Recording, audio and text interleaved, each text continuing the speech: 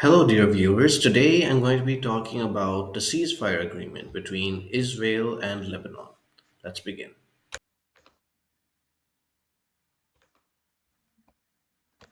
Hello, welcome to Global Nationalism. I support nationalism in my country, India, and in all countries around the globe. Today I'm going to be talking about nationalism in a country outside South Asia.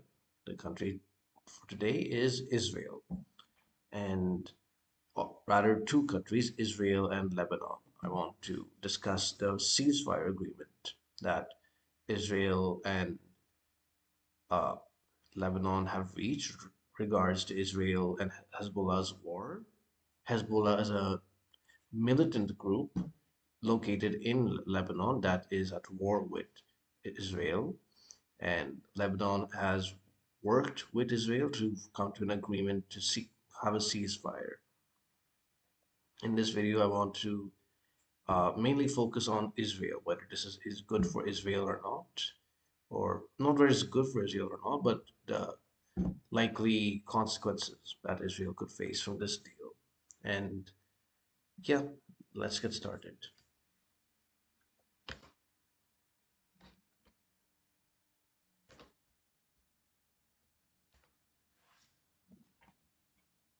This is the agreement.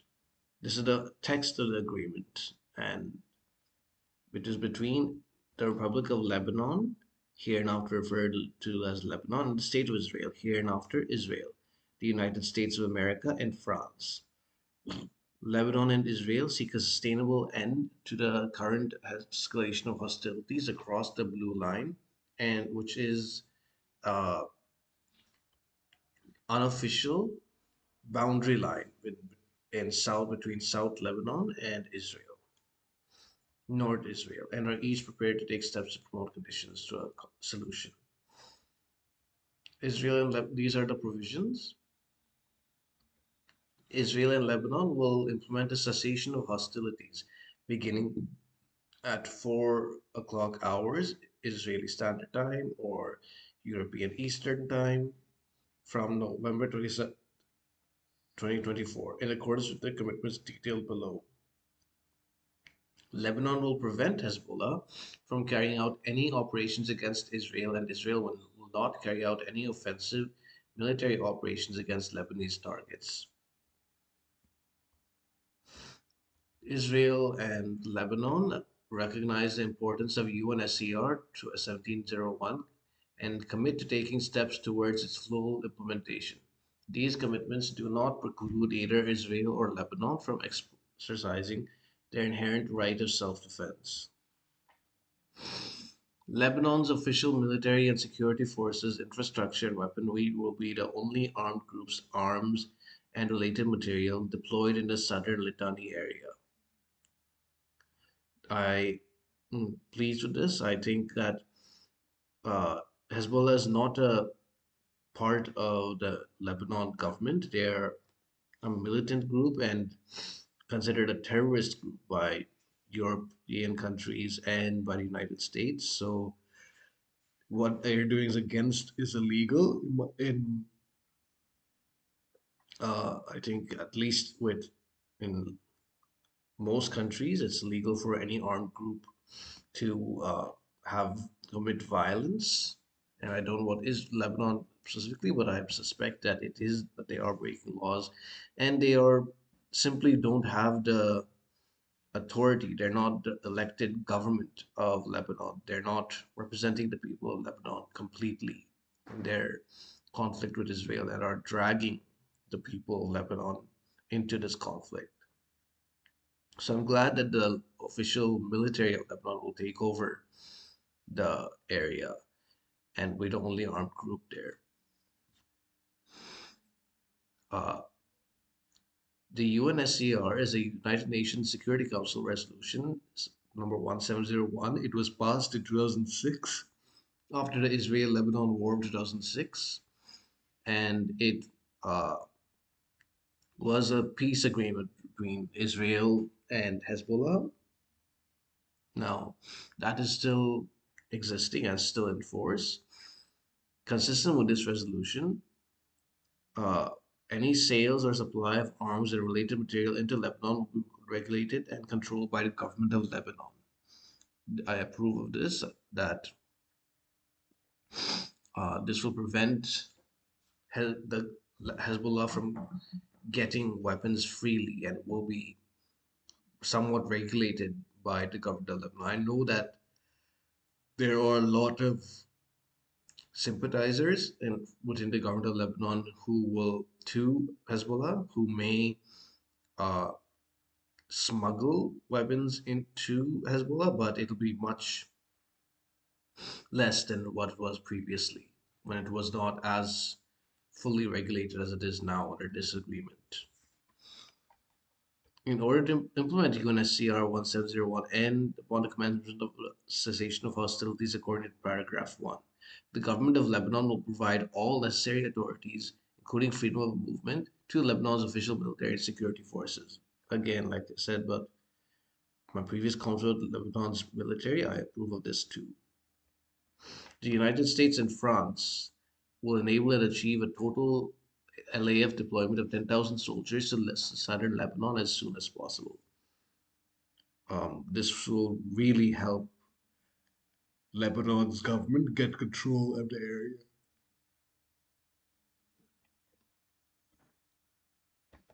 Israel and Lebanon will report any alleged violations of the mechanism and UNIFIL without prejudice to their respective rights to communicate directly with the UN Security Council.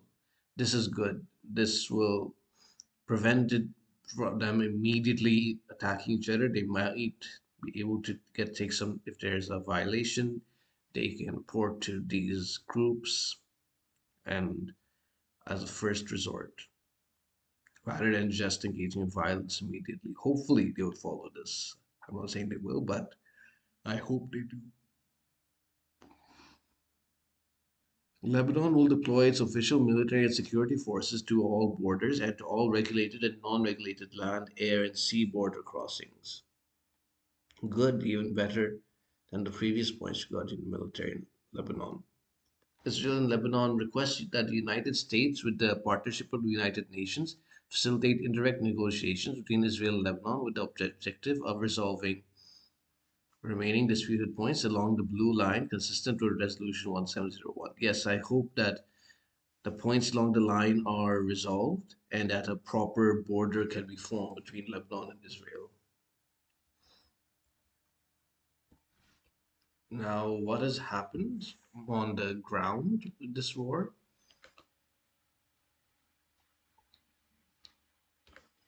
Here are the casualties and damage.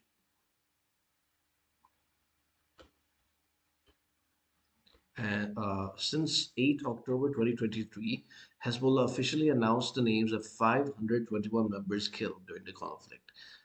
From September 2024 onwards, when Israel's escalated the conflict against Hezbollah, Hezbollah mostly stopped announcing its casualties.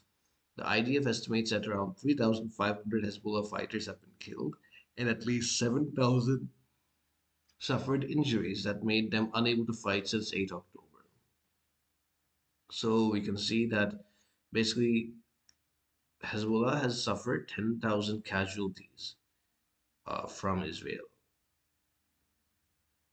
Hezbollah's senior leadership faced the heaviest casualties in its entire history of the conflict.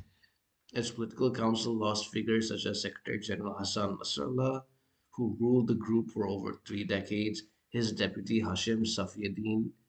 Its armed wing lost key leaders such as Fuad Shukr, who commanded Hezbollah's military, Ibrahim Shakil, who was Shukr's deputy, and Ali Karaki, who headed Hezbollah's southern front. Hezbollah also saw heavy damage inflicted upon its equipment, missile arsenal, and infrastructure in southern Lebanon, weakening its operational capacity. Heavy damage was inflicted upon military infrastructure such as bases, tunnels, weapon depots, fortifications, and its arms supply has been disrupted by Israeli strikes on Syrian border crossings. 45 Israeli civilians, 28 soldiers, and one security officer were killed in Hezbollah's attacks on Israel. An additional 3 soldiers were killed in non-combat incidents, one by malfunctioning equipment and other 2 in a tank accident. 47 soldiers, including a civilian researcher posthumously recognized as a soldier, were killed during combat in southern Lebanon. So we can see that while both have suffered tragic casualties, Hezbollah suffered much more, around 1,000, while Israel has only lost less than 100, which shows that Hezbollah is in a weaker position, although I don't think that they've been defeated there because the fighting was continuing until the ceasefire agreement. And now let's talk about what's happening in Hamas in Gaza.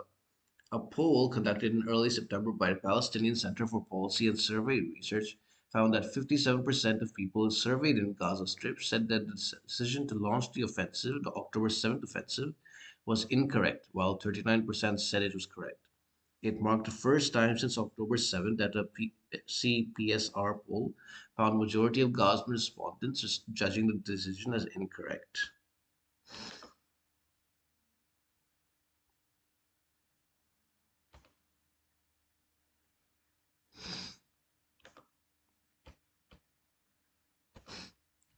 So we can see that Hezbollah has suffered more casualties in Israel, and I do know that Hezbollah started this current conflict between Israel and Hezbollah when it fired uh, rockets and missiles at Israel after on October 8th, a day after Hamas attacked Israel by sending terrorists, or if not terrorists, militants into Israel to kill people, civilians, and uh, non active soldiers.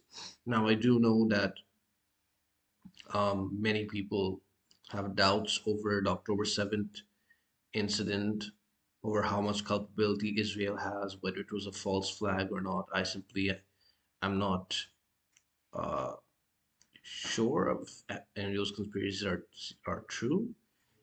But although I have do know that Israel did kill some of its people in the crossfire when it was shooting at Hamas, but I don't think that this was directly operated by Israel. I think it was, though it might have been, maybe Israel's government was told to stand down so that they would have an excuse to go to war with Gaza. But I simply cannot prove that, so I won't go by that. But yeah, we can see that uh, if hopefully Lebanon's government gets control over the territories Hezbollah was in charge of, which will weaken Hezbollah's power and influence and will make Lebanon a normal, regular country ruled by the actual government, not a militant organization.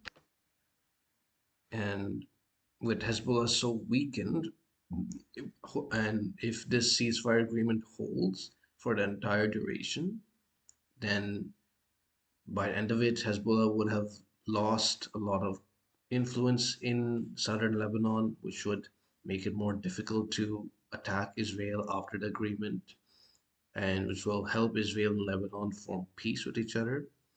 But I'm not confident. I do know ceasefire agreements all over the world, including in the Israel Palestine slash Lebanon conflict, do get broken, and no way that might happen in this one too.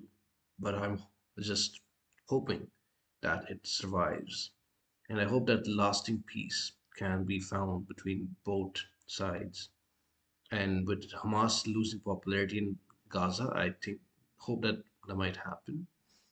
Now, personally, I don't want to say who is right between Israel and Palestine on that issue. I sympathetic to Zionism. I do think that Jewish people have some claim to the land that is what was given to them in 1940s by the United Nations and by the British Empire. But I do sympathize with the Palestinians for losing control over their land, and that I do understand that it was not according to their wishes and against their will. So I'm sympathetic to that. So I don't really have a stand on the Israel Palestine issue one way or the other. I just hope that peace can be found between both parties, because both the people of Israel and Palestine deserve peace. And yeah, that's what I want the most. And that's all I wanted to say. If you want to see other videos about nationalism in countries outside South Asia, click here. If you want to see my previous video, click here. If you want to see the sources I use for this video, click the links in the description below. Thank you for watching. Goodbye.